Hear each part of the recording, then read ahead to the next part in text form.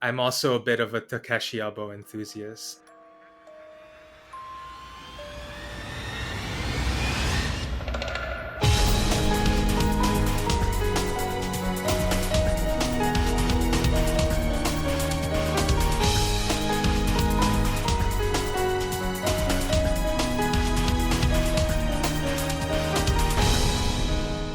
Hello, and welcome to episode 157 of Rhythm Encounter, the RPG fan music podcast. I am normally your host, Mike Salvato. However, I'm not on today's episode. I really just wanted to stop in and give you an introduction as I normally do. Today, we're going to be talking about visual novels, and it was an episode that came together so fast. And the panel filled up so quickly of passionate visual novel fans that there wasn't room for me. And, I'm okay with that. Yeah, that's what we're doing today. Pat is going to be hosting along with Neal, Gio, and Audra, and you're in for a great show. So that's really all for me. So I'm going to hand it over to Pat now, and I will see you in a couple weeks for another episode of Rhythm Encounter. But for now, take it away, Pat. Hey everyone, it's your guest host for episode 157 of Rhythm Encounter, Patrick Gann. We're here talking about visual novels, music from visual novels. It's going to be a good episode. I'm feeling good about it, and I'm joined by an excellent panel of friends, countrymen, colleagues, etc., who also love visual novels and the soundtracks for them. So let's get some shout outs from Audra. Hi-ho. And Gio. Hee-ho. Gio coming from the other side of the world. Thank you for recording at different times for us. Oh, no problem. And an old friend, a fellow Gen 1 starter pack with me from RPG Fan, Neal. Hello. Oh my gosh. So for those of you listening, I hope you know who Neal is. If you don't, you need to go read up some classic reviews, some music that we're going to cover today. Neal's covered some of the good stuff, some of the classic stuff in the realm of visual novels. That's just all I'm going to say for now. And then, of course, Audra is like queen of visual novel coverage at the site. And Gio, you're just all around awesome. Oh, thank you. You cover a little bit everything. And me, I'm just a nerd who likes music too much. All right, before we go any further, I want to give a shout out to our friend on Discord user Drunk Guy. So Drunk Guy, thank you for recommending the topic music from visual novels. We decided to run with it, and we want to give you a virtual high five for that. Before we go further into visual novel music, though, I'd love to talk about what else have we been listening to? Game music, not game music, in the world of all things audio. What are you guys up to? Gio, hit me up. What are you listening to these days? Ooh, okay. So I've been undertaking like a huge project of like ripping all the music CDs I have in like lossless FLAC form. I know you like doing this, Pat. Yeah, So- I have a massive, like external hard drive storage of just ripped CDs. Yeah. Yes, I've been building my own like library up, and it's led me to like rediscover like a bunch of like music from like the early 2010s, like late 2000s, like when I was really into like indie music, like the Pitchfork bait music kind of thing. And what I really gravitated to like all these years later was this album from this band Camera Obscura. They have an album called My Maudlin Career, and it's like this they're like a Scottish band that kind of went into like Americana in a with like a weird Scottish twist, like a Scottish dream pop band, and it's good because like I listen to like 90% BGM, so it's like a good change of pace for me, and it's like a really big comfort during a tough time right now in my personal life. So yeah, I really recommend it. Yeah, I feel like I recognize the name Camera Obscura. They had, I'm sure, like you said, you mentioned like Pitchfork, like the like NPR Tiny Desk concerts, like early years of that. Like, I feel like I at least heard of them, if not a few songs by them, but I do not know that album. But yeah, that sort of cool indie scene, sort of 05 to 15, good range of time, good music. How about you, Audra? What you been listening to? Right now I'm listening to Everclear, an oldie but a goodie. Wow. From their Live at the Whiskey A Go-Go album. Oh, a live album. Mm-hmm. That's cool. I actually, I think it was in 2010, I saw the lead singer of Everclear. Oh. Dude's name is Arnie. I imagine short for Arnold. Yeah, the lead singer of Live was doing this this like acoustic solo tour called the Open Wings Broken Strings Tour. So it's just like lead singers of bands kind of just doing their songs stripped down, just them and a guitar.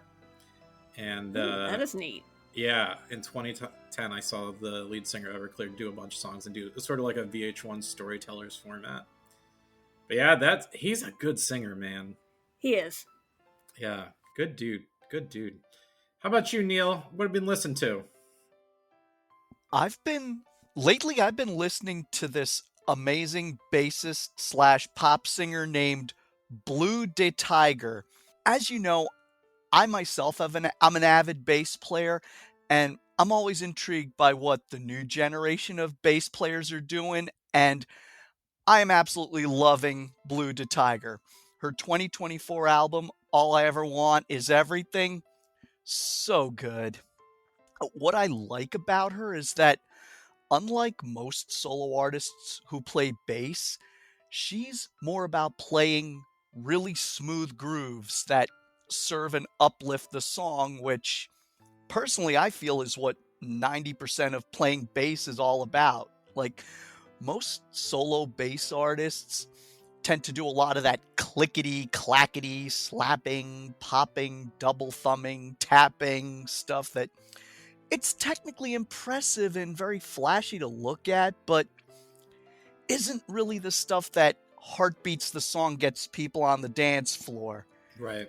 You know, Blue herself even says in interviews she's a bass player first, and it shows, even though she does have a very, very sultry singing voice as well. But yeah, her playing served the song, not the other way around, but she certainly has chops. I mean, there's there's this slap bit she does toward the end of her song Disappearing on this YouTube video called Blue de Tiger Live on Audio Tree Full Session. So yeah, Blue de Tiger. Check her out. BlueDeTiger.com. Yeah, I definitely will check her out. And Audio Tree produces some really cool like session recordings with lots of great artists. So that's cool that she did a special with them. So yeah, definitely have to check it out. As for me, I got sucked into the Grammys and then Grammy musicians as a result, just really focused on all that. Obviously, you know, the game music win to Winifred Phillips. I've been harping about that all month, and just actually ran another soundtrack review for her on the site at time of recording, the Flint Treasure of Oblivion soundtrack. But actually, as much as I love Winifred Phillips, I actually wanted to talk about metal, because I was focused on who was going to win Metal Performance of the Year. It went to the band Gojira. They're French, and they won for their performance at the Olympics last year. And they were amazing. But I was rooting for a band called Spirit Box with lead singer Courtney LaPlante. And I'm okay that they didn't win, because Gojira legitimately, like, if y'all haven't seen that performance, just Google it.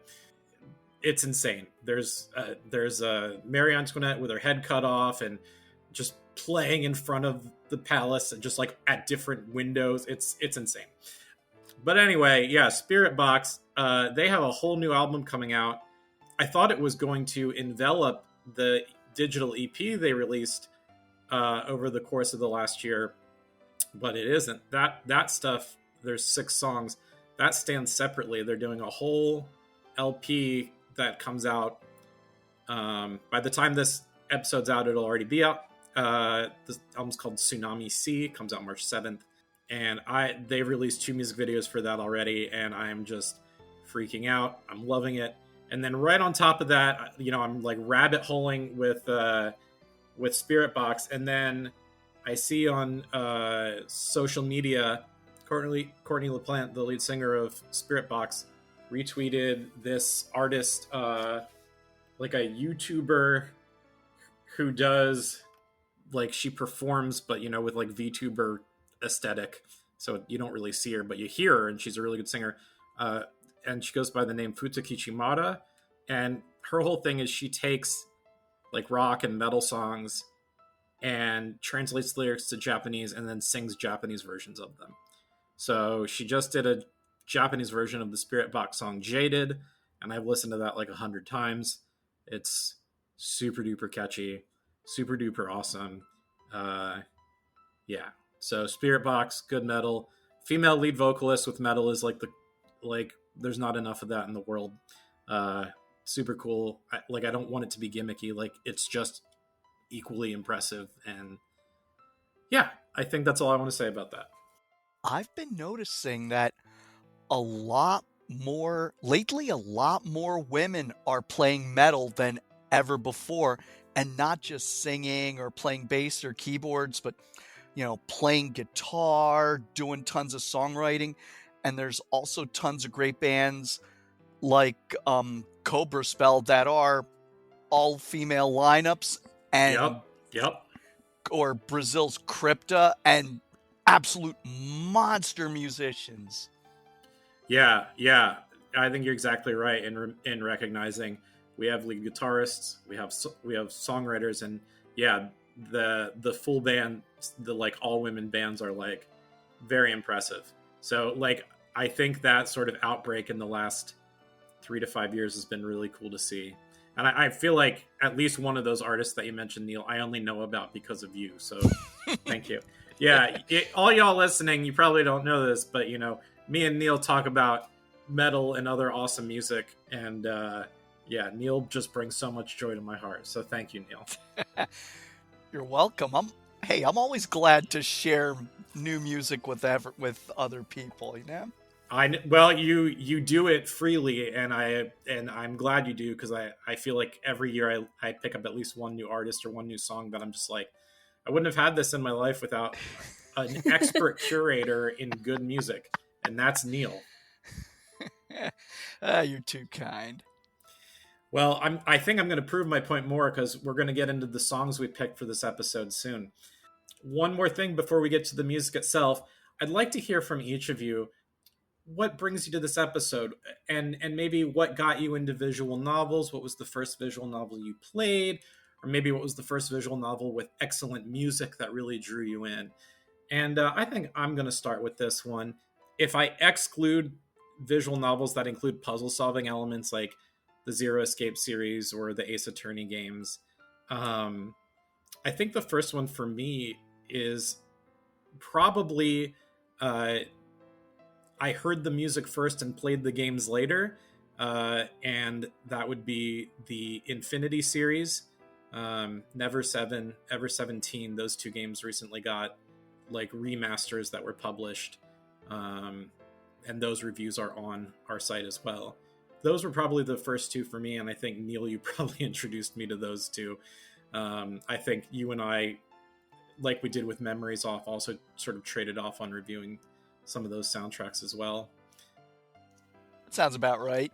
And the connection there for me is I heard the music first, and then I played the first Zero Escape game, which was 999, written by a guy named, the game was developed and the story was written by a guy named Kotaro Uchikoshi. Some of you may know that name, and he wrote the plot as well for, I believe, both Never 7 and Ever 17. Yep. They're both Uchikoshi games. Yeah.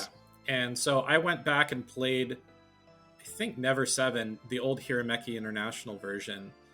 And that was the first sort of like pure-ish visual novel I played. And that drew me in, the visuals, the story, and of course the music. And yes, we'll definitely be getting to that soon. But I think that was the first big one for me. But I think also the expansion of just visual novels becoming more common on Steam, on Switch. And I would say before that, PS Vita, I had a pretty hefty library of PlayStation Vita visual novels. That was kind of what I used that platform for throughout the 2010s, was like a lot of visual novels, many of which Audra has reviewed. All right, so speaking of Audra, how'd you get into visual novels, and what do you like about the music here? Well, I think for me, visual novels are kind of just, they seem like a natural offshoot of RPGs. Mm-hmm. So, and I played a lot of hybrids, like Lauren the Amazon Princess, or even like Growlancer has a lot of VN cutscenes. And so I just kind of decided I'd start picking up visual novels here and there, and I ended up really, really liking them. Yeah, and Growlancer really is dialogue heavy. It also makes me think of like Sakura Wars, where it's kind of like a chapter of visual novel dialogue and decision making, followed by a chapter of like extended, tactical RPG gameplay. I feel like Growlancer kind of followed that formula as well. Very much so, and I love the interactive fiction of visual novels in general, and it just kind of clicked with me. So I've been playing them ever since. Heck yeah, I love it. I love it. Neal, what about you, my man? My first exposure to visual novels was this game called Eve Burst Error.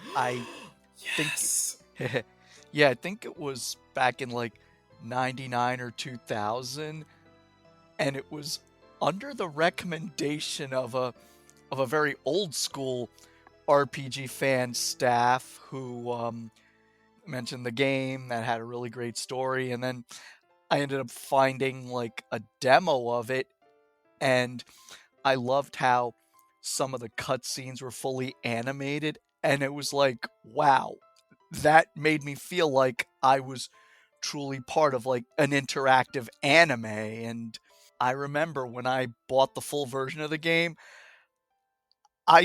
from like 9 in the evening till 5 in the morning, I ended up playing the entire third act, like, because I was just so engrossed in the story. Wow. And I know. Good thing I was a college break or whatever. But yeah, so I've been hooked to visual novels ever since. And Pat, since you asked what visual novel soundtrack hooked me, I think it was around 2004. I bought the import version of Never 7 on the Dreamcast, and that was my first exposure to Takeshi Yabo's music. And again, every time I think of Never 7, a particular character theme enters my head. It is playing in my head right now. And so, okay, that game was pretty amazing, of course, in terms of story and all, but that was my first exposure to the series, Takeshi Yabo's music, and yeah. Very cool. Yeah, and, we're going to be talking about Takeshi Yabo a great deal during this episode, and then, you mentioned Eve Burster. I believe there is another important composer there. We don't have Eve on this episode, but that same composer worked on another game that I will be bringing to the table, and we'll talk about him when we get there. Gio, what brings you to the land of visual novels, my friend? Oh, for me, I think comparatively I've played less visual novels than you guys. If I'm like thinking about straightforward visual novels, like not like 9 Hours, 9 Persons, 9 Doors, or like Phoenix, right? Like, I think the first one I played was this game called Lady Killer in a Bind. Oh, yeah. Oh, it's like this 2016 indie visual novel by Christine Love. It's like, Yep. yeah, and I was drawn to it because like I really like the art style. It's actually like a sort of like a teaching tool for like consent in like, you know, intimate relations. It kind of works like that, but I was into it because of the art and like, because like I'm I envy you, Pat and Neil. Like I wish I was like of age in the late 90s, or like I wish I was like just cognizant of these games, because I I just adore this old. I'll talk about it later, but like I just adore these old, you know, pioneering visual novels so much. I don't know what it is. I think it's like the aesthetic and like the music, and like over the years I've just really been digging into like the history of the genre. Even though I haven't even played most of these games by myself, like I just really am fascinated by this niche genre that is somewhat adjacent to RPGs. And yeah, I'm actually here mostly like to learn from, you know, three more people who are more well versed in the genre than I am. And interesting you should mention Christine Love, because I remember playing her, I think it was a 2011 or 2012 game, Analog, A Hate Story, and absolutely loving it. So, yeah, she's a really good storyteller. Yeah, Analog and its sequel, Hate Plus, are two of my favorite games. I almost brought a song from Analog on here. The music's by Isaac Schenkler, and yeah, I was like, if I picked a third song, it probably would have been from either Analog or Hate Plus. And Christine Love is just a prolific writer and clever developer. Yeah, I love her work. She does so much different stuff. Have you guys ever played that the Get in the Car Loser game? Oh, I haven't. I want to. It looks it has like turn-based RPG combat alongside a bunch of dialogue. It's silly and different from everything else that she's done, but like she'll toy with this or that in different genres, and I've always just been impressed by her willingness to try new things. And I think when Analog first came out, I think it was a big risk to make a game in that format where you're essentially just like opening folders and subfolders of story and having it revealed in different ways depending on what you click where. I think it was a hard sell for that time, and I think it paid off. If I recall, she did very well in terms of sales and critical success for that. So yeah, that's a really good example. Yeah, but Lady Killer and Bind, I haven't played. I think it's in my, you know, like many of us, it's in my giant list of games I have yet to play in Steam. The soundtrack, Pat, it's also Isaac Schenkler, and I really, really, really like it. Okay, so Isaac was still working with her. Great, that's awesome. Yeah, I hadn't checked, but that makes me very happy. And that means I really need to play it. You say it was 2016, Gio? Yeah. Time is moving way too fast. That might be the real theme of this episode. All right, so we're going to get into it. We got 8 songs for you here. For our first block, we're doing opening themes. It's called Don't Go Away, We're Just Getting Started. We hope you're going to stick around for the whole episode, but you got to hear these first two. These are opening themes. We got a pick from Neal and a pick from Audra. Neal, what'd you bring to the table? My pick is a song called Went Away by KOTOKO from the game Hourglass of Summer. Nice. And Audra? Mine is You Can't Hurry Love, performed by the Biscats from the Cupid Parasite game. All right, let's go take a listen to Went Away and You Can't Hurry Love.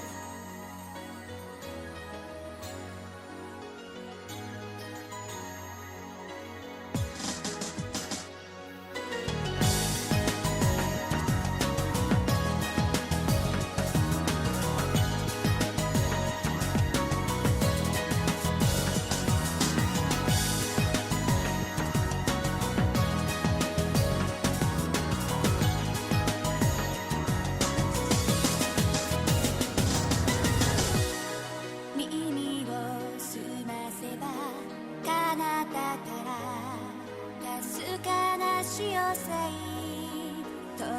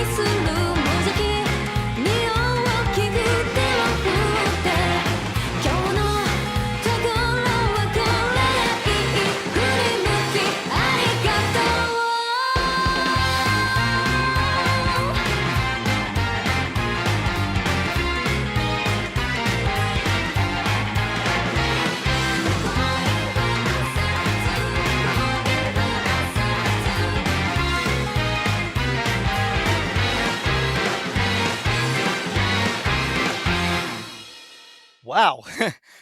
What a way to open everything up. Yeah. Anyway, let's talk about Went Away. Princess Soft's Hourglass of Summer, called Natsuhiro no Tsunadoke in Japan, was undoubtedly my favorite romance-oriented visual novel, and that opening song Went Away by KOTOKO is one of my all-time favorite video game openings. Not only is it a sonically gorgeous piece, but it's just so emotionally evocative. Like the instrumental arrangement, especially the way it's quiet and shimmery, then crescendos wide open, and Kotoko's vocal performance that starts out shy and hesitant but gets more powerful and confident echo the vibe of the game that starts off sweetly and innocently enough before blowing the doors wide open. And dig this, Kotoko actually re-recorded this song in 2023 for her Redecorate album. I've listened to that version and I gotta say, it's quite good. Her vocal performance on that new version is powerful, confident, self-assured, and I could say that, you know, her voice might sound even better 20 years after this original, which is actually impressive because, you know, keeping your voice in shape is not an easy thing. I mean, I've, you know, heard singers who are like, 20 years later. Yeah. Yeah. Yeah, I think we've all heard that. Gone to the wrong concert. All right. And now let's also talk about that Biscat piece. I enjoyed it so much. Like, it reminded me of those swing jazz revival bands with a modern twist back in the 90s. Like, I was getting vibes of songs like Hell by Squirrel Nut Zippers or Zoot Suit Riot by Cherry Poppin' Daddies. And yeah, I was kind of dancing along in my chair listening to that Biscat piece. I'm like, all right, this is a vibe. Yeah, I mean, it reminded me of stuff that I really liked, and I just love that whole thing of, you know, older inspired music with that modern twist. Yeah, man. I think we have such an interesting pairing here because the, you know, Went Away is a pretty, like,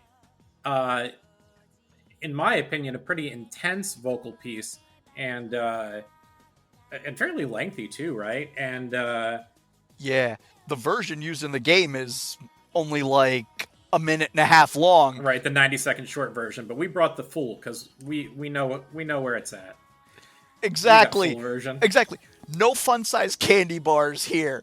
This is the full-size candy bar. Yeah, and I do think the benefit of the full-size version is to see sort of the emotional ground built over the course of the song. It is just very well engineered. I will say also, you had shared the Redecorate version with us when we were prepping the episode, and I have to agree. I think it's not just her performance, but I also think the mix of the Redecorate album puts her voice front and center, a little more clear, a little less mixed back, a little less reverb. Which I thought, you know, both versions are great, but the Redecorate version, her voice stands out very nicely. So I agree with you there, Neal. And then, you know, my thoughts about You Can't Hurry Love, I agree with you. Yeah, there's sort of that swing jazz revival. I also love, and we'll have it in the show notes, they made a full music video for this song as well. And so you can, you know, on YouTube, it's not like an opening anime sequence. It's like the band's music video. And just the aesthetic of it all really reminded me of like how much there's sort of this subculture in Japan that kind of like idolizes American 1950s and like poodle skirts and Elvis and stuff. Like, has anyone ever seen that music video Youngblood by, what is it, 5 Seconds of Summer or whatever the band's called? There's a music video where they're just, it's like street thug, like young gang Yakuza vibes. and like how they dress is how the Biscats dress, and it is aesthetically it's fantastic, and it fits with the song so well. It's fun, it's rebellious, it's almost harmonically rebellious. Like the melody doesn't want to settle in the chorus. It's really, I use the word clever a lot, and I would say clever, but there's a better word that I can't think of. Yeah, it's a very well written piece, and I've listened to it on repeat like this whole week prepping for this episode. It's probably my favorite song in this whole set, which is crazy because it's not one of the songs I picked. So thank you, Audra. Good choice. You are welcome. So what inspired you to pick that one? Basically, I just love the Cupid Parasite soundtrack in general. It's fun and just really, as you can tell from the music video, the game itself is very colorful, and I feel like the soundtrack really captures that fun, colorful, bright vibe with the music, and the instrumentation and the opening definitely does. Did you cover this game for RPG Fans? Is there a review of the game up? Yeah, there is a review. What'd you think of the game itself? I really liked it. I thought it was a fun kind of rom-com with Greek mythology at the core, and then they threw in like American subculture. So it ended up being a pretty fun experience. Man, I can see where the KOTOKO song "The Went Away" would be a perfect opening theme for a game. I love the build-up in that song. Yeah, it's great. And I don't know, Audra, have you ever played or heard of Hourglass of Summer? I've heard of it. I have not played it yet. Yeah, I think that was another Remake localization, right, Neal? That is correct. It was, in an interactive DVD format. It's one of the craziest formats of all. You're just playing through a DVD menu, essentially. Pretty much, yeah. And that Remake version that came out in like the mid-2000s was the only localization, and the game's long since out of print, especially since Remake closed its doors so long ago. So, yeah, there's like no legit way to play that game anymore, which is unfortunate. Definitely. You think if they could get the rights just holding on to their English localization, it'd be easy as pie to throw it on Steam these days. Mm-hmm. Or definitely the Switch seems or to be Switch, yeah. I wonder, who holds on to that these days. But yeah, it is a good game. I think, Neal, I might have your copy now, because I have it on my shelf, and I either bought it or received it from someone at some point, and it might have been you, Neal. That seems likely. Yeah, I can't remember, because didn't I get the Exodus Guilty trilogy from you? That sounds likely. Yeah, so I think the Exodus Guilty games and Hourglass of Summer, I actually got those from you, Neal. So I played, again, this is how great Neal is, everyone. When I'm talking about how he's influenced my tastes in games, this is what I mean. He hooked me up with physical copies of these, like, old school classic games. Could you ask for a better guy in your life? The answer is no, you couldn't. I mean, you could ask, but how are you going to get better than Neal? You're not. It's just crazy. All right, enough of me. Gio, what do you think of these songs? Well, I have a question. Like, I just wonder, like, how can anyone like play Hourglass of Summer nowadays? Like, is it possible to like emulate it? Well, if you own the physical copy, or even if you made a rip of the DVD, you could play it just fine. But you can't purchase it easily anywhere. So, but then you would need like a DVD player, or is there like? Well, I mean, it would work fine on like a PS2 or a PS3. Any device that could play a DVD movie, that's what you would use, because it literally is just like, it's a complete reutilization of how menus work in DVDs, so that basically the running of the dialogue and the forward and the backward and the choices is just stepping through submenus and submenus. I see. Yeah, there were a handful of games made like that in Japan, and Hiromeki ran with it when they brought it to America. It was wild. And this isn't like a short game, right? Like it's like a no, whole... no, it's pretty long. Yeah, it's hefty. Oh. And there are different That's ways crazy. to save your progress. It's pretty wild how it all works. I see. Yeah, I'm suddenly very interested because like I've never heard of this game before, but the format and like the quality of the song made me very excited for it. Actually, the song kind of reminds me of some of the Tales of openings somehow. It has like this kind of pop vibe, but it's like a little more groovy than that, and I really enjoyed it. Like I was just really surprised at how good it was, and 'cause, you know, something I didn't hear about until Neal put it on, you know, the episode. And it's actually same goes for Cupid Parasite. Although I knew of the game Cupid Parasite, but I was surprised at how good the song was. Like for me, Tomei game openings always need to be upbeat. Like I need to be excited to play it. Yes. I've tried a few. Like I've tried. I finished Sweet Fuse. You know that, Audra? Like that Yes. PSP. Yeah, I really like that one. That was And- pretty good. Yeah, Great. and then this one is like has an even better opening, I think, and it's has like a bit of like a sassy vibe, so it makes me feel like the Cupid Parasite has like a similar kind of vibe, and I'm very much more interested in playing it because of this song. So yeah, thanks for bringing it on. Oh, you're welcome. Yeah, it definitely has a great soundtrack with some excellent vocal songs. Yeah, I'm really curious to like invigorated to want to play the game as well after hearing this opening. And I wonder, dear listeners, if any of you feel the same way, feel free to hit us up on Discord or whatever. We'll talk about that at the end.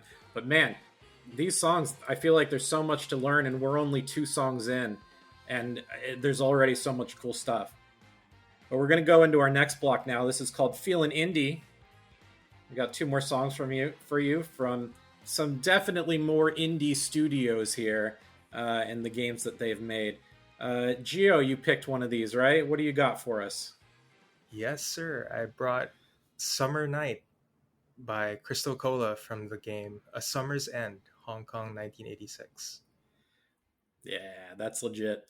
And then me, I picked a song for the Feelin Indie block. The song is just called Bonds from the game Fatal 12. The composer goes by the pseudonym Low, L-O-W. So let's listen to Summer Night and Bonds.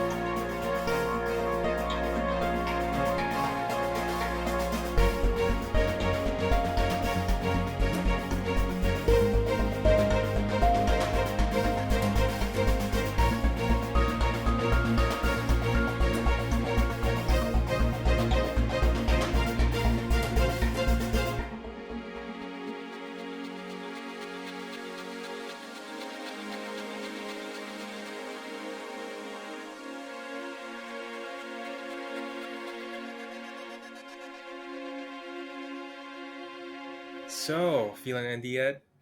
Okay, so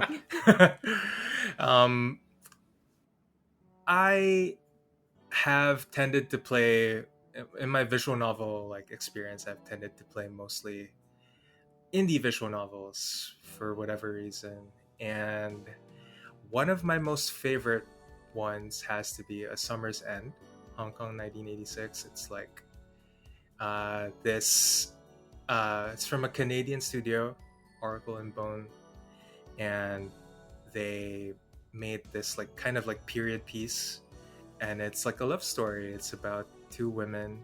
One is like high strung and the other's like a bit of a free spirit, and then they fall in love. And it's a really short, sweet, and really breezy game. And the soundtrack for me perfectly captures that feeling of like being in love in the 80s. But the reason I chose this song in particular, oh, by the way, Crystal Cola is like this future funk vaporwave mall soft artist. You can find them on Bandcamp or Apple Music or anywhere. I really love their songs, but the reason I chose this one was because like I've also been like on a months long bender into everything like 90s VN, like even before this episode was like a idea. Like I've just been in there, so like I was just struck at like how the instrumentation for this song is like a dead ringer for like something by Shinya Ishikawa, like the composers like for the old video game developer Leaf. I feel like the instrumentation perfectly captures that era of music, and I was like, I don't know if Crystal Cola like took inspiration from that era, but I just really enjoy the way the how nostalgic the instruments sound, and and the song itself is like a really chill, romantic summer night-ish song. It very much lives up to the title. And I also wanted to bring attention to this game because I was actually surprised, but we haven't covered it on the site before. If I had the time, I think I'd like to review it just to give it some love. I'm very excited for the developer's next game as well. I think I forget the name, but it's like a sequel to this game, so I'm very much looking forward to that. And if you can find it on Steam, I think it's very cheap. So even if it's not on sale, it's like a worthwhile purchase, I think. And as for Pat's song Bonds, actually when I read the title, I was like, oh, this is a song, but no, it's actually from this game called Fatal 12, which I'd never heard of before. But then I noticed like Pat, you reviewed it for the site, and I was like looking through the review, and it's like, oh, okay, it's like an escape room ish game, like a death game kind of visual novel. And I was just the song really just brought me in. Like I felt like I had a good handle on how the game feels. Like it has this it's like weirdly both upbeat and tense at the same time, and like I really like it. And it's like it's a running theme throughout the episode. Like I think this single song made me more excited to want to play this game. I think this is like one of the songs I kept coming back to when I was like listening to our playlist before the episode. It's a highlight for me. Yeah, I think melodically there's like 3 or 4 songs in Fatal 12 that just really hold and sort of take center stage. Bonds is one of the later tracks in the game. It's used during sort of the final act, so to speak. And this composer and the studio that made this game and the game before it, Sound of Drop, Fall into Poison. The studio is called Aiueo Company spelled with a K, and they folded. They made these 2 games, and then that was it. I think a couple of people from the team went on and made a 3rd game. It was all published by Sakai Project, and I don't know who Low is. I don't know if they're still doing music or not, but the music that they wrote for Sound of Drop and for Fatal 12 is like, when it comes to like real definite like indie music, I don't know who you are. I can't get a hold of you. You don't you don't promote your music too much, but man, is it good. Like really sort of under the radar vibes. And I really love both of those soundtracks, both Fatal 12 and Sound of Drop. But I think Bonds is a really powerful piece of music. It kind of reminds me of some of the stronger thematic sort of like tension, but inspirational and uplifting pieces that you'll hear like in an Ace Attorney game, either in investigation or after a case. That kind of music is kind of the vibes it gives me. Yeah. And yeah, the game sort of has a death game scenario going for it in sort of a magical time travel alternate realities thing. And there are very few fail states. It plays out narratively similar to Danganronpa, but in sort of a supernatural space. And yeah, you don't play mini games to get through it. You just read and make choices. Yeah, so that song rules. Crystal Cola is someone that now I really want to get into their music, because this track and a bunch of other tracks that I listened to because of this track from Summer's End, what you were talking about, that sort of you named subgenres of music that I haven't heard of, but they feel right. Like definitely, like I was just gonna say like 80s synthy lo-fi. But you said better things. So what Gio said is correct, and I do like the sound style. I do also agree that whether they drew direct inspiration from it or not, it is a similar soundscape to the soundtracks to the games that Leaf published, including one that we'll be bringing up later, because Gio, you brought probably the biggest game from the Leaf catalog. So yeah, I think there's something really special about just sort of the soundscape, the sound font used to create this music. Some of the, like, you ran it through a cassette tape pitch bending, like, it sounds so good. Yeah. I'll stop talking. Someone else. I have to say, like, in the earlier block, hearing a lot of you saying, wow, this piece of music makes me curious about the game, make me want to try it, I feel the same way about both of these pieces. I'm not familiar with the game Summer's End at all, but upon hearing that piece of music, looking up the game, and seeing the classic 80s style anime artwork, I want to play it.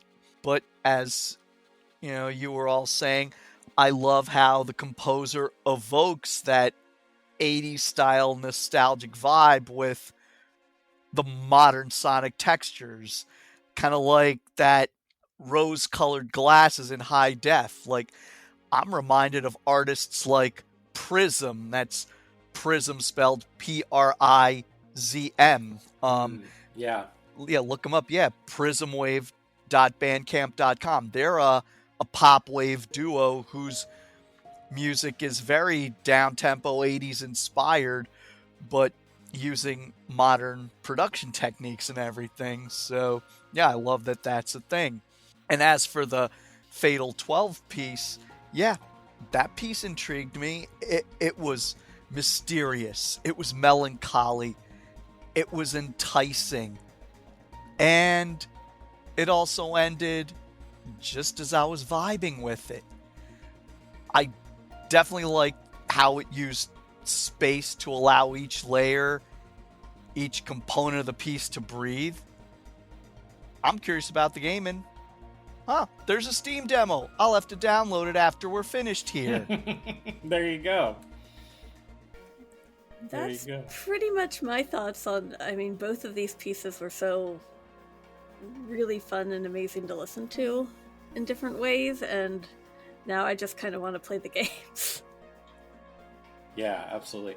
What I love about and I think this speaks to a lot of great game music, is when you're crafting a soundtrack for a game, like, every component matters, and if you do each component well, you can create a masterpiece. And so, we covered some really good vocal themes. I think we have at least one more vocal theme coming. But it's so interesting how much, like, you would contrast, this upbeat swing jazz from Cupid Parasite to this sort of, like, chill synthy instrumental track from Summer's End. And they're both really good, and they belong very well in the aesthetic of their games. And it's like, you really have to hit all the beats to make something perfectly well. And I think a lot of times if a visual novel isn't fully successful, it may not be that any one piece is bad, but that you didn't put the right pieces together. And I feel like good visual novels do this well. So speaking of that, we got some more great instrumental tracks coming up. This third block is called Names to Remember, because we're looking at some big names in composition and music composition here. First track is one that I picked. This track is called Impatience 1, originally written by Ryu Umemoto, and it's arranged by Keishi Yonao, because this is for the remake version of that's capital YU-NO, a girl who chants love at the bound of this world. And then, Neal, you brought a song for this block. And my pick is a song called Karma from Ever 17. Yeah, and who's the composer on that? Big name. Takeshi Abo. Takeshi Abo, my baby. favorite. All right, we're going to get into it. Let's go.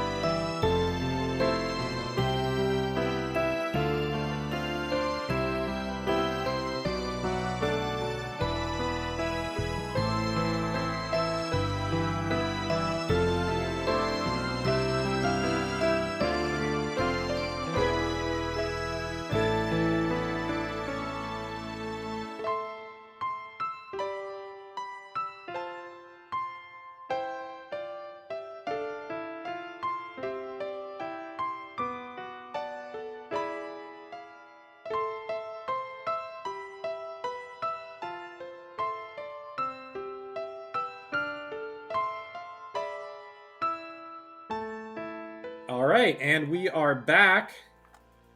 And we have some names to remember. We got some people to talk about. Though, at first blush, the thing that I noticed about this book is stylistically, these are two opposite ends of the musical spectrum for visual novels, right? Impatience 1 is one of the most upbeat tracks on It is this driven, almost chase scene style music. It's funky, it's fast, it's hectic, it's chaotic. There's a lot going on. You have a lot of the sort of traditional band instrumentation, guitar, bass, drums, keyboard, and it's wild, and I love it. And then in contrast, Karma from Ever 17 is basically a piano and strings ballad. It's mostly piano solo with just a little bit of synth string padding to elevate it just a touch. So musically, we're looking at two very different types of songs. But I want to talk about the composers real quick. So Ryu Umemoto composed for, we mentioned Eve Burst Error before. He was the composer for He did a bunch of visual novels in his day. He also did shmups, like shooters, like with the company Cave and a couple of other developers. So those kind of his two genres that he worked in and around was the visual novels and the shooters, which is kind of, again, talk about your contrasts. Ryu Umemoto passed away, I think he was 37 or 38. He had respiratory issues and trouble with his lungs since he was a child. He talked about this in interviews. And I believe it was pneumonia or some other respiratory infection that he passed away from somewhat unexpectedly. The disease hit, and it hit hard, and it hit fast. So we lost him, sadly, at a very young age. I want to say it was 2012, 2013, maybe. I'd have to go look it up again. But it was too soon. And one of his largest works was the soundtrack for which is a really cool visual novel that got this sort of big upgrade, facelift, and its first official localization, I guess maybe like 6 or 7 years back, maybe less than that, maybe more like 4 or 5, from was it NIS America who did it? No, I believe Spike Chunsoft localized that one. Oh, that's right. Yeah. But it was super cool that this happened. And so when they did this remake, they upgraded the audio as well. And the remake version has a variety of arrangers working on it, many of whom were contemporaries of Umemoto's. And so Keishi Yonao had worked with Umemoto on a number of different games. Interestingly, one of them was a visual novel from the company Cave, who almost exclusively makes shooters, like bullet hell shooters, suddenly made a visual novel, and they worked on that together. And Keishi Yonao is a really cool person, and I feel did a really good job honoring Umemoto's work and vision. I will say this, though. This song can sometimes feel a little bit like busy for busyness' sake. And so I want to reference, Neal, what you were talking about earlier. We're talking about Blue to Tiger and how sometimes bass playing becomes all about the sort of flourish and frill of insane technique. And we can sometimes lose the soulfulness and sort of the primary use or primary value of the bass guitar in sort of the showiness and the wowiness of what you can do with the thing. And this song doesn't get that technical, but that same sort of maybe you're just kind of like being fancy for being fancy's sake, and it's a little overdone at times, particularly the arrangement. I think if I were to level a critique against this song, it would be that. But I still love listening to it. I think it's a jam. And then Karma brings me right back down. Takeshi Abo, we mentioned his name a bunch in the intro. Takeshi Abo has been working with Kid and 5PB and now Mages for many, many years. His name is he's kind of the Nobuo Uematsu of visual novels as far as I'm concerned. He did, most of the Infinity games, so that's, Never 7, Never 17, 12 Riven, Remember 11, maybe? Yep. And then he's done like most of the Memories Off games. He's done Steins Gate and a bunch of games in the Science Adventure series. So yeah, like Steins Gate and Chaos Head and all of that. It's kind of just like wherever you look, he pops up. I think Audrey, you reviewed a visual novel on the site recently, and I was like, oh snap, it's Takeshi Abo on the soundtrack. What game was that? Genso Menage? Yes. I was like, I've never even heard of this game. And then I looked up the soundtrack and it was like, boom, Takeshi Abo. So this guy's kind of everywhere. And, there's a danger there of becoming too samey. If you're too prolific in how much you put out, you can sort of lose what's distinguished about you. And of course, I would say Takeshi Abo has had stronger and weaker soundtracks. But I think the Infinity games are some of his strongest. And I think Ever 17 is great. And I think this deceptively simple, right? It's from a music theorist standpoint, it's actually pretty elegant, but in terms of performance, it wouldn't be terribly difficult for a pianist to pick this up. But the composition in what's happening in this song is really what gives it wings. Not Red Bull, but composition. So yeah, it was a great choice. I mean, honestly, you could have picked almost any track from Ever 17 and I would have been happy, Neal, but I'm glad you brought this one. So I am curious though, Neal, why this track specifically off of the Ever 17 OST? Because whenever I think of Ever 17, that's the song that comes to mind. It's music like that to me makes Ever 17 one of the most powerful video games I've ever played. Like, even people who've never played or even heard of Ever 17, they hear that piece. It tugs on their emotions.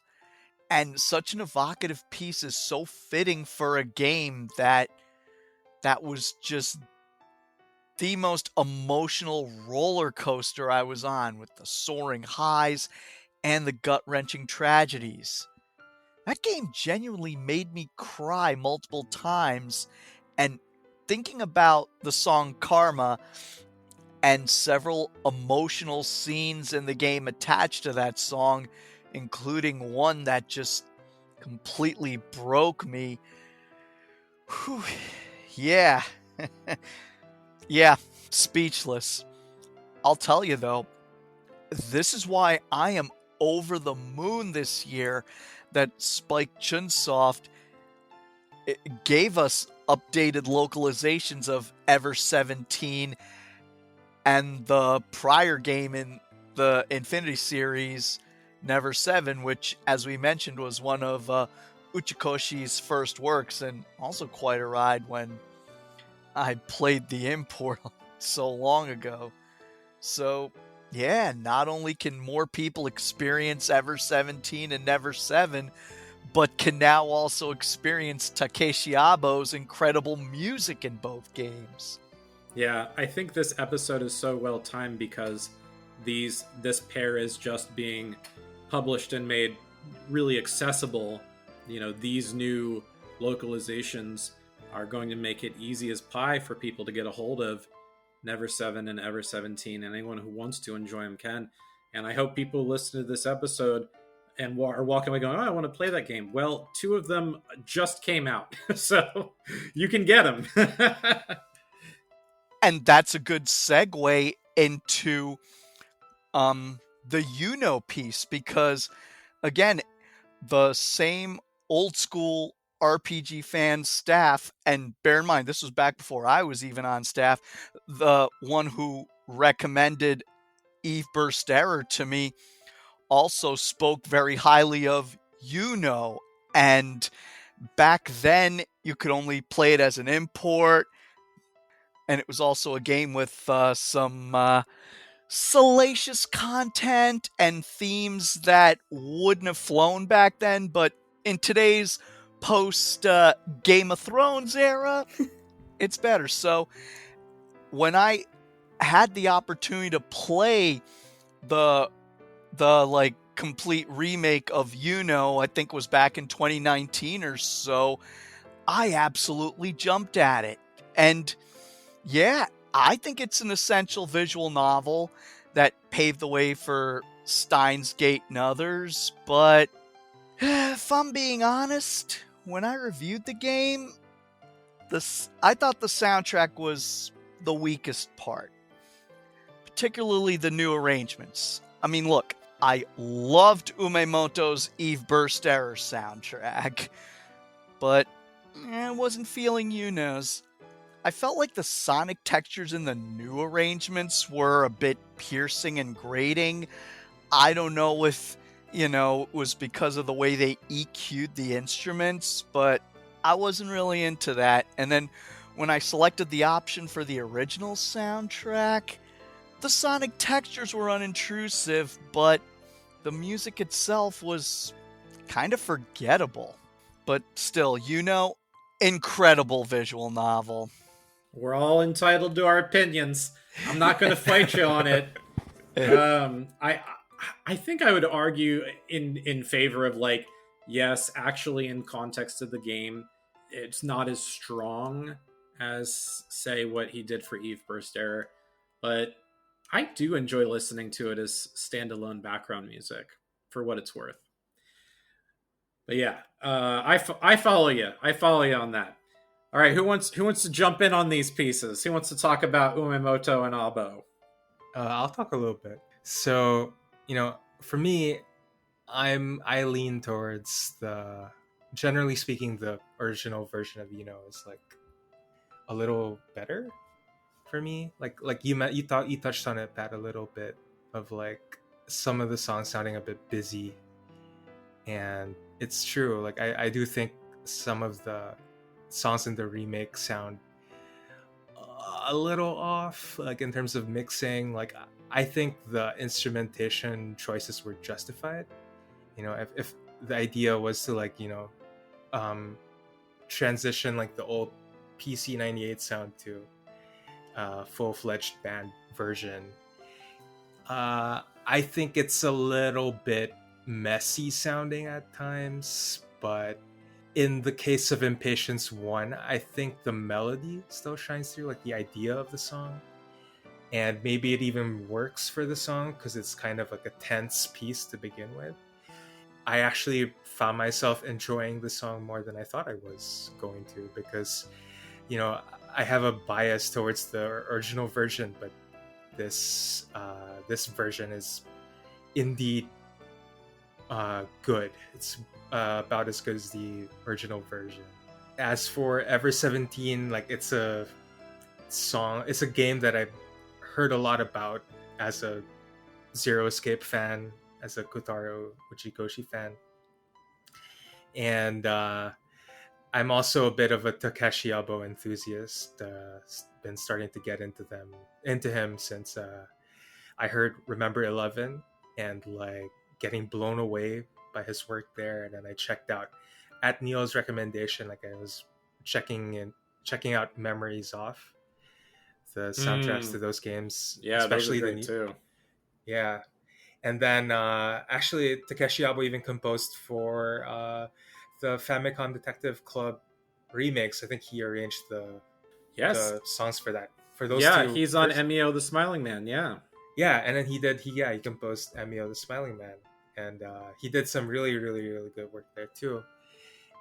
But this song kind of brings like a new side to him, like a more tender side, and for me it shows that he's capable of like he has a pretty wide range actually, and he's capable of making like this really emotional song that I wonder like why for Neal it was such an impactful song, and I think I need to play the game to like really discover why that is. I'm sure like this is probably like a pivotal moment in the story, or like at least like some sort of like emotional catharsis or something like that. Like, it sounds that way to me, but I am definitely curious, and I will be picking up the remasters that are coming out. That's for sure. Sweet. Heck yeah. How about you, Audra? What you thinking? Well, both of these pieces I love for different reasons, and I could probably play them on repeat for various just emotional points.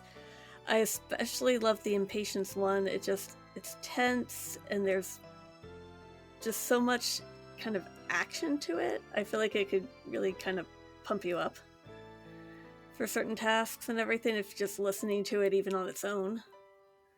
And Karma is just wow from a emotional stance. I like the way you described it as powerful and elegant. I think that really fits for it. And yeah, I imagine it plays in like some very pivotal scenes. Oh my goodness. Yeah. As I might have mentioned earlier, it plays during several of the most emotional scenes, and yeah, there was one scene in the game where that scene plus the song broke me. Yeah, this is why people need to check these games out. Like, I love the characters and the storytelling in the Zero Escape trilogy. Like, I love 999 and Virtue's Last Reward so much.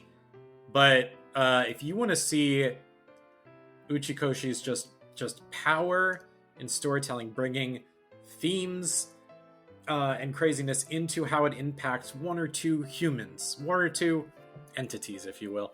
Yeah, you got to play every 17. All right, well, we are almost at an end. We have one more block left for y'all. This block is music from visual novels that had their debut on the PlayStation 1.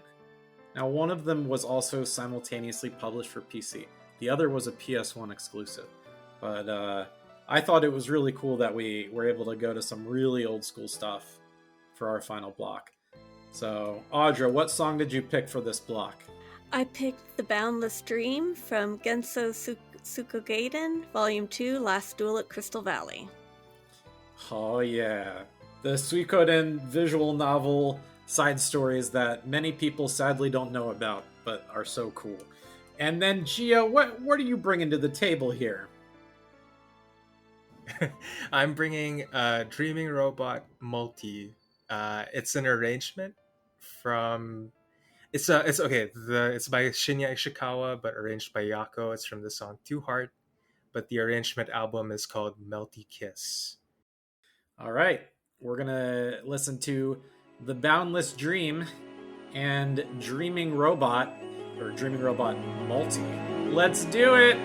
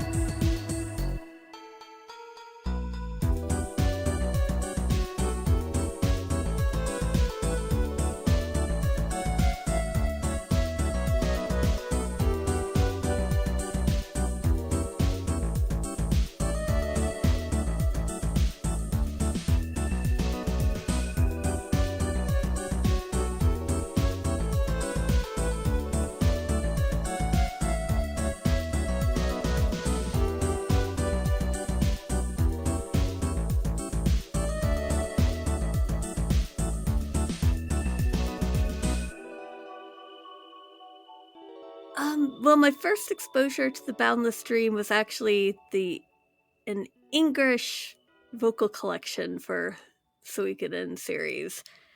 And I did actually like it then, but I feel like the Suikogaiden Volume 2 version is just leaps and bounds better than the English version that they had on that vocal album. I mean, the vocals are just absolutely gorgeous for it, and I love how the classic feel of it, and yet that there's like a modern emotional pulsing undercurrent to the instrumentations that just, it really adds a powerful punch to the impact of the song.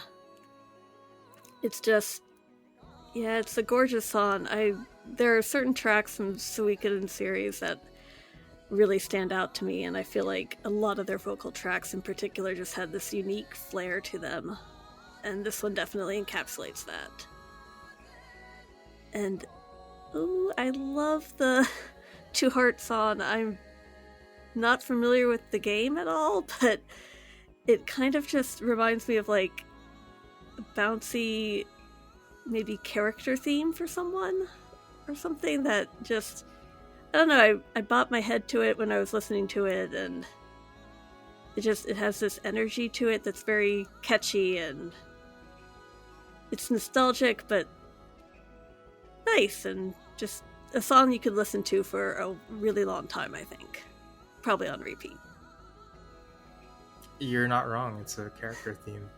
And, wow. Yeah. But I can't say much more because I haven't played Too Hard myself. I brought it because, number one, I love the soundtrack. I love Leaf visual novel soundtracks, I've found. Too Hard is like their most famous one, and it's so well regarded that it's even getting a remake this year. Ooh. Yeah. Nice. Yeah, and I think it's getting localized, I'm pretty sure. That is even double nice. News. Even better? Yeah. Yeah. It means we finally get to play To Heart in English. I am so in. Yeah. This is a very sort of well-celebrated game. Yeah.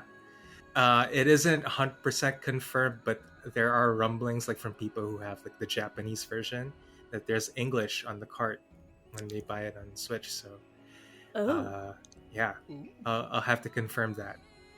And I just adore the music. It's for much of the same reason why I chose Summer Night, like the 80s instrumentation on this one is just excellent.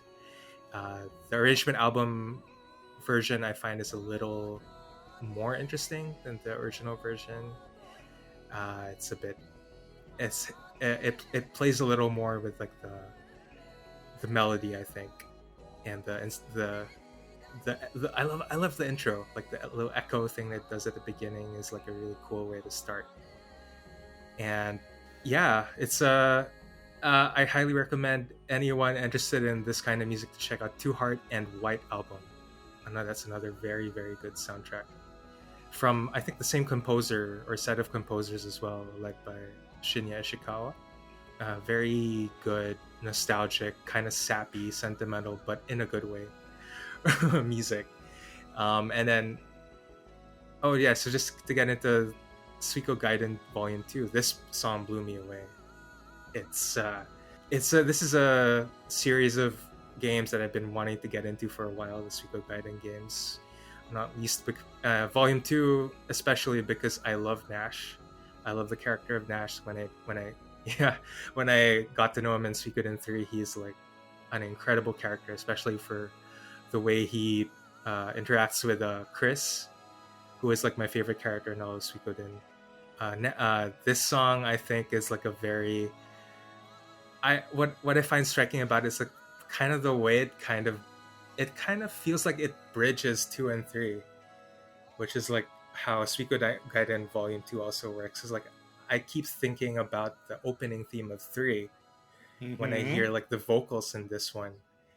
So I think like the elements of 3 start creeping in with Suikogaiden Volume 2, and I find it very interesting. And I really hope that the with the I hope that Konami decides to bring this to Western shores at some point officially, because I think it could be a very interesting thing to visit. I think Miki Higashino, very underrated artist, and should definitely be praised more than she is.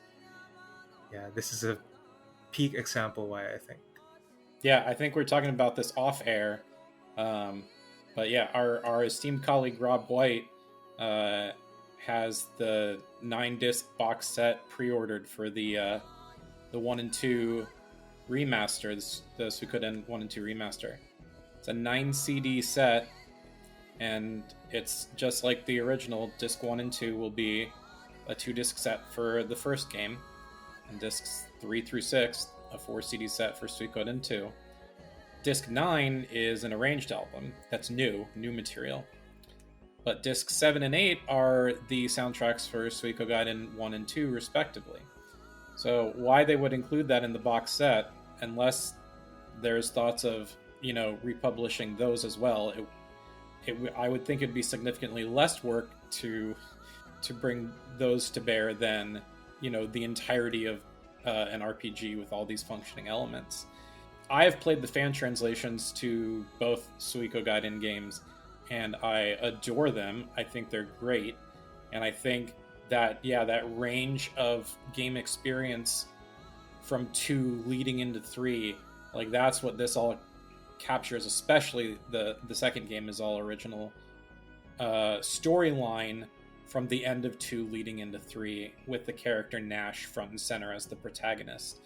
And the music to these Suikogaiden games is, because they didn't have to sort of bow down to the limitations of the format, and they could essentially just play not sequence audio, but streaming whatever they recorded up against anything whenever they wanted. You get some high quality tracks on this OST, and the ending theme, which is what Boundless Dream is, the ending music, plays out so well. And I should mention, I don't know that there's an official English title for this. You can find it as The Unfinished Dream, The Unending Dream, Boundless Dream. People have translated it different ways. Konami doesn't have an official English title for this song. So just wanted to put that out there. But it's a great song. Now, as for this song you picked, Geo, from Two Heart, I want to mention there's a reason we don't, and probably would never have, a review for the album you picked here. Two Heart and a lot of the Leaf games, they would have official arrange albums. Some of them would. I think sometimes Leaf would just do a piano collection and then a vocal collection for all of their games in one album, compilation kind of stuff. But Two Heart and White Album in those games had a heck of a lot of Dojin albums, which were unofficial, unlicensed albums.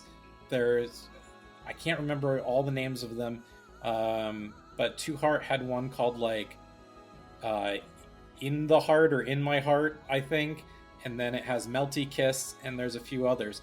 But they're the ones that if you go to VGMDB, the names appear in orange, because they're basically fan made and aren't official, but they're high enough quality that you could be fooled. So that's the origin of the album Melty Kiss. It was probably released at Comic Cat or something like that, whatever quarter of Comic Cat was running that year. And also why the arranger just has this weird name, Yaco. A lot of artists in the Dojin scene wouldn't go by their real names in case they would get a gig with a real studio. They actually didn't want their name necessarily traced back to when they were doing this kind of work, which is very interesting. At least that's how it was back then. These days, it's nothing like that. But in the 90s, up to when audio streaming became the norm, there was sort of you keep all of that pseudonymous, which is fun and weird. It's like that in America too. Overclock Remix, everyone had these artist handles and profiles and wouldn't talk about their real names until they got into composing for real games. I see. Well, there you go. I've learned a lot. So that's my history lesson on Melty Kiss and Dojin albums. But yeah, I love Dreaming Robot. I love Boundless Ocean. I'm gonna stop talking. Neal, I'm sorry I took too much time.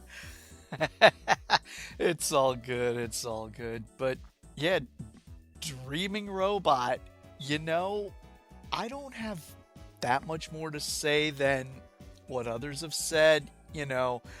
I know nothing about the game, and it seems like it's near impossible to play right now, so I can't get a sense of, the song's context within the game. I know Gio, you mentioned it's a character theme, so I'm not sure what kind of character it is, but just the vibe of the song and it being called Dreaming Robot, it just made me think about like a robot or an AI construct using anime or manga to think or be more human. I started thinking of a more kawaii and less cringeworthy version of those scenes in Star Ocean 4 with Welch, like when she starts yes. acting like the maid and the little sister tropes that she read about in manga, aka old history books, and Edge is all like, Welch, what are you doing? What were people thinking back then? Yeah, so, yeah, I really hope that, the possibility of it being localized brings it back, because, again, we've been saying this all over the place, seeing a lot of classic, even essential visual novels being localized, like this year, Never 7 and Ever 17. We talked about earlier. Last year, Fate Stay Night was localized. That's right. Oh, Yeah, I forgot about that. And even you guys mentioning earlier how the Suikogaiden soundtracks were included in that box set. Like, okay, it would be great if these Suikoden remasters sell well enough to make some waves to say, hey, maybe why not test the waters with the Suikogaiden, because sometimes we got to pay with our wallets to make things happen, and hey, remakes of the old Suikoden RPGs, that's a moneymaker. Anyway, Boundless Dream, again, incredible song, epic instrumentation, and some of the vocal acrobatics the singer did reminded me of like what singer Diamanda Galas does. I can't say I enjoyed all of those vocal acrobatics, but I definitely respect the skill involved in pulling it off. It's almost like me with early Rush, like musically amazing, but in the early Rush albums like Fly By Night, Geddy's voice was a little too high-pitched for my taste, but when it mellowed out in the 90s with like Roll the Bones, I was like, okay, that's good, because whether you love or hate Geddy Lee's voice, you can't imagine any other voice with Rush. Amen to that. Amen. Just like with this song, even if I didn't always like what the vocalist was doing, can you imagine that song with any other voice? I sure can't. No, that's why the English vocal collection one does not work as well. I agree with you, Neal. There's something. It's signature. It's signature in the way that like you can't have Near without Emmy Evans, right? Like it needs to sound this way, or it's not this thing. Mm-hmm. Yeah, it's sort of an indelible marker. Yeah. So, and also a great choice to bring Audra. I know I said that before when you brought that Biscats track, but I mean, you got good intuition about music. What to introduce people to. I love it. I loved all the tracks that were introduced here. Yeah. So, yep. Yeah, that's legit. Yeah. Though looking back, I still think the Cupid Parasite song, I think it was the biggest surprise to me because it was the one I knew the least about, and it really just kind of blew me away. Awesome. All right. Well, yeah, I think we did it. You guys, we did it. We covered 8 awesome songs from visual novels. So let's do the whole wrapping it up outro thing. At the end of every episode of Rhythm Encounter, we like to go over every game that has not previously appeared on a Rhythm Encounter episode with its music. Today, that list is literally everything except Ever 17. We had featured Ever 17 before, but we have not featured Hourglass of Summer, Cupid Parasite, A Summer's End, Hong Kong 1986, Fatal 12, Genso, Suikogaiden, and Two Heart. All of these were new, so we were definitely breaking ground with this episode, and it makes me think that we almost certainly need to do a sequel episode to this, a Visual Novels Part 2 episode of Rhythm Encounter. I was literally thinking the same thing. Yeah, I mean, it would have been, and certainly I'm bringing an Isaac Schenkler song from a Christine Love game if we do another one. Yes. I was gonna do the same thing. We'll do a whole Christine Love episode. Eight songs from Christine Love games. Coming up next in the Rhythm Encounter lineup, we got an episode coming up with new music from quarter 1 2025. So games that have come out in the last 3 months. What new music do we have? We're going to check it out. We're also doing, surprise, surprise, a sequel episode. We're doing a sequel episode to title screen / main menu music. Our first foray into that was episode 71. So we'll be bringing that sequel concept in the coming weeks. Of course, alongside Rhythm Encounter, we do have other podcasts as well. 2 others, which I would love to recommend to you. One of them is Random Encounter. Random Encounter goes up every other Monday, opposite to the Rhythm Encounter schedule.